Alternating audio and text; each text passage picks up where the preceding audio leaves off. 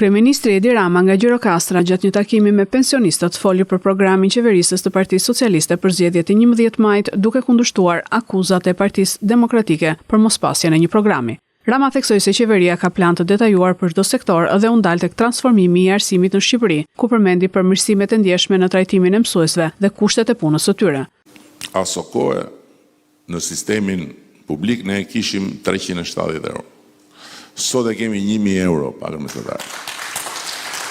Dhe të mësuesit, paga mesatare ka vajtur 9500 euro dhe plani ynë është që në Shqipëri 2030 të jetë 1200 euro.